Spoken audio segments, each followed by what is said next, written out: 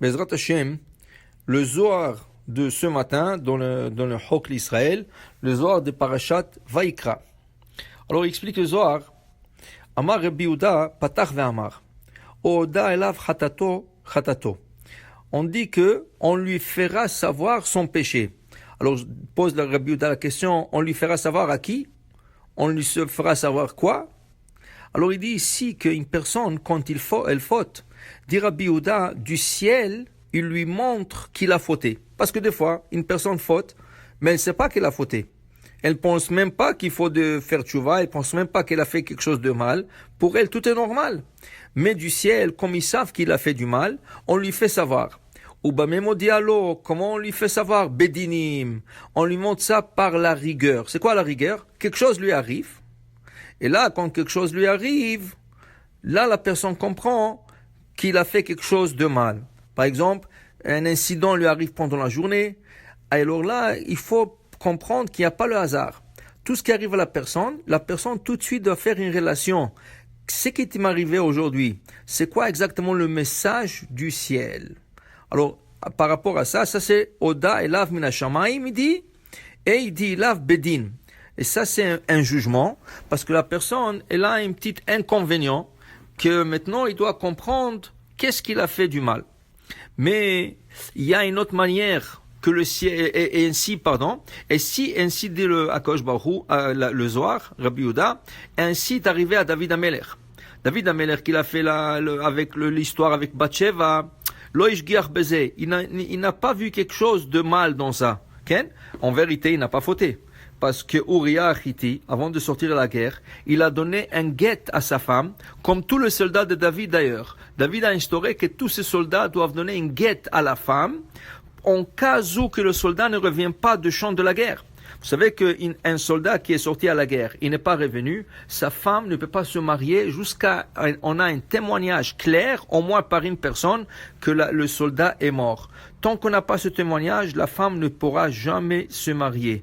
D'ailleurs, il y a une histoire très fameuse en Israël avec un des pilotes que depuis plus que 30 ans il a disparu, Ron Arad. Et jusqu'à aujourd'hui, on n'a pas trouvé encore son corps. Et là, on ne sait pas s'il est mort, s'il est vivant. Et pour le doute, sa femme, la pauvre, qui était toute jeune quand elle se mariait, elle, jusqu'à aujourd'hui, elle ne pouvait pas se marier. Okay? Alors, pour dire que David Amelech, pour détourner ce problème, qu'est-ce qu'il a fait? Il a fait donner des guettes à tous ces soldats, à leurs femmes, pour qu'en cas où qu'il ne revient pas, la femme est divorcée. Alors, puisque Uriah, qui est son général d'armée, a donné le guet à sa femme, et il sortit à la guerre, et David Amelech, entre-temps, était avec la femme, comme elle était déjà divorcée, alors David ne voyait pas du mal, il pensait pas qu'il a fait quelque chose de mal. Qu'est-ce qu'il fait à Akadosh Baruch Hu? Il lui envoie le prophète Nathan, qui va lui raconter une petite histoire. Et l'histoire est que il y avait deux voisins, un riche, un pauvre, et le pauvre, il avait une seule brebis, et le riche avait un troupeau. Et là, le riche a reçu des invités, et il avait pitié de son troupeau pour prendre une brebis, l'égorger et la préparer pour souper. Qu'est-ce qu'il a fait? Il est parti dans le troupeau du pauvre, il lui a pris la seule brebis qu'il avait, et il l'a préparée pour le souper. Tout de suite, quand David Amelech entend cette histoire, il dit, celui qui l'a fait mérite une peine capitale. Il faut le tuer. Vient Nathan Hanavi, il lui dit, mais justement, c'est toi qui l'as fait, parce que toi, tu avais déjà 6 femmes. Et Uriah Achiti avait une seule femme, comme une seule brebis. Et toi, tu es parti chercher sa brebis, sa femme à lui, mais tu n'avais pas assez avec 6 femmes, et tu avais droit de même de marier 18 femmes. Mais pourquoi tu es parti chercher la femme d'Uriah Achiti? Et là, David a compris qu'il a fauté. Mais ça, c'était par jugement. Il s'est jugé lui-même. Et là, il a compris qu'il a fait quelque chose de faux. Mais continue Rabbi Yehuda dans le Zohar ce matin, et il nous explique qu'il y a une autre manière que le ciel fait savoir à une personne qu'elle a fauté. Mais cette manière, elle est beaucoup plus douce. Elle est raka, elle est douce. Comment? Il dit ici, à travers l'étude de la Torah.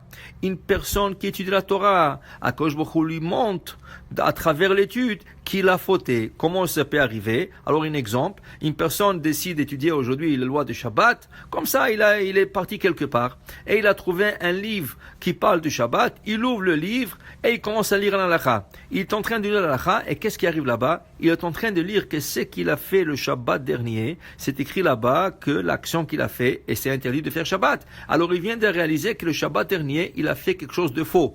Pour lui, c'était pas une faute, mais voilà, du ciel, on lui a montré d'une manière douce comment il a fauté et maintenant il doit faire tchouva. Alors pour vous dire, c'est ça qui est important, c'est pourquoi c'est important d'étudier.